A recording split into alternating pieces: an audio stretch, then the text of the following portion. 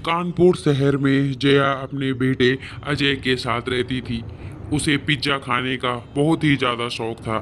अजय बेटा, आज मुझे पिज्ज़ा खाने का बहुत मन हो रहा है। तो तू जल्दी से पिज्ज़ा लेकर आ जा बेटा। अपनी माँ जया की ऐसी बातें सुनकर अजय कहता है, माँ, आपकी उम्र है कोई पिज्ज़ा खाने की? अरे आप तो दाल रोटी खाओ और आराम से भगवान के भजन गाओ। अरे बेटा, मन तो मन होता है, बूढ़े लोगों का मन नहीं करता क्या? और मन को नहीं मारना चाहिए बेटा। ले आएगा मेरे लिए पिज्ज़ा? अच्छा ठीक है माँ, तुम गुस्सा मत करो, मैं तुम्हारे लिए पिज्ज़ा अभी ले आता हूँ। तब अजय पिज्ज़ा लेने चला जाता है और कुछ देर बाद पिज्ज़ा लेकर घर वापस आ जाता है। इसके बाद जया और अजय दोनों मिलकर आराम से बैठकर पिज्ज़ा खाते हैं। एक दिन की बात है, जब अजय अपने ऑफिस से घर को लौट रहा था, तभी उसे रास्ते में पिज्ज़ा की दुकान दिखाई देती है। वह सोचता है, मैं माँ के लिए पिज्ज़ा लेकर जाता हूँ, माँ बहुत खुश हो जाएगी। फिर अजय पिज्ज़ा लेकर अपने घर को आ रहा था, तभी अचानक उसका एक कार से बहुत बड़ा एक्सीडेंट हो जाता है। अजय जब काफी देर तक घर नहीं लौटता है तो उसकी माँ जया बहुत ज्यादा परेशान हो जाती है। वह अजय को बहुत फोन भी करती है लेकिन अजय फोन नहीं उठाता। फिर कुछ देर बाद उसे एक अनजान नंबर से फोन आता है और वह अनजान आदमी जया को बताता है कि उसका बेटा अब इस दुनिया में नहीं रहा। यह सुनकर जया के पैरों तले जैसे जमीन ही खिसक गई। जया ने बड़ी मुश्किल से खुद को संभाला। हे भगवान, ये तूने क्या कर दिया मेरे साथ? मेरे बुढ़ापे का एक ही तो बस सहारा था, तूने वो भी मुझसे छीन लिया। मैं किसके सहारे जीऊंगी? हे भगवान, ये क्या कर दिया तूने? अब मैं किसके सहारे जीऊंगी?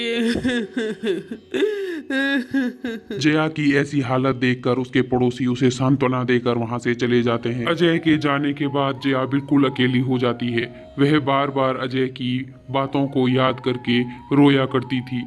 ऐसे ही दिन गुजर गए और अजय के जाने के बाद उसकी हालत बिल्कुल भी ठीक नहीं थी। घर में भी राशन पानी पैसा सब खत्म हो जाता है और वह ठोकरें खाने के लिए दर दर भटकने लगती है। बहन जी, कुछ खाने के लिए दे दीजिए। मेरे घर पर कुछ खाने के लिए नहीं है। मैं काफ़ी दिनों से भूखी हूँ।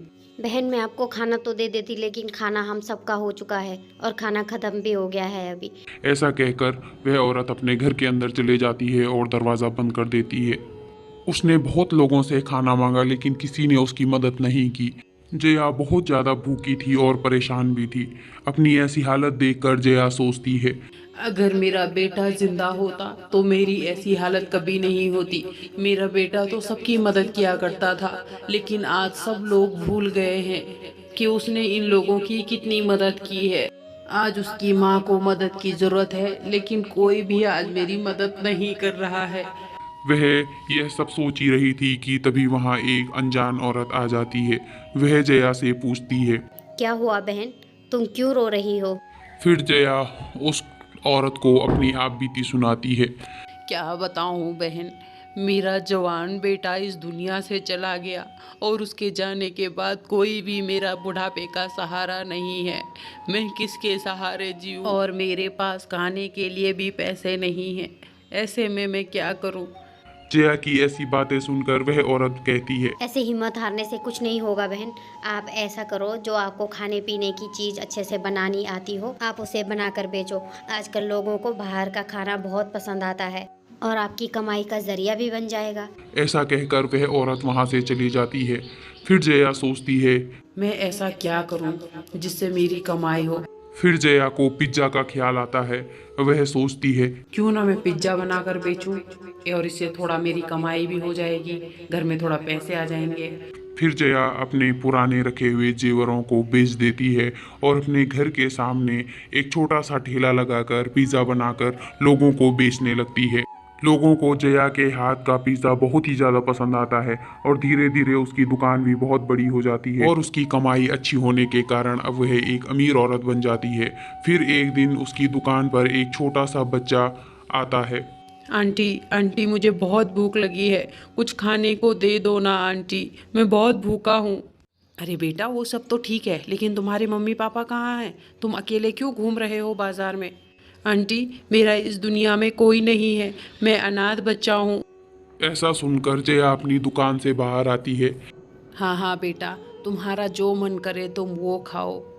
तुम चिंता मत करो, आज के बाद तुम्हारा ख्याल मैं रखूंगी और तुम मेरे बेटे बनकर रहोगे मेरे पास। ऐसा कहकर जया उसे अपने सीने से लगा लेती है। वो बहुत ज़्यादा प्यार करती है और उसे अच्छे से अच्छे स्कूल में पढ़ने के लिए भेजती है और अब वह बच्चा जया के बुढ़ापे का सहारा बनता है।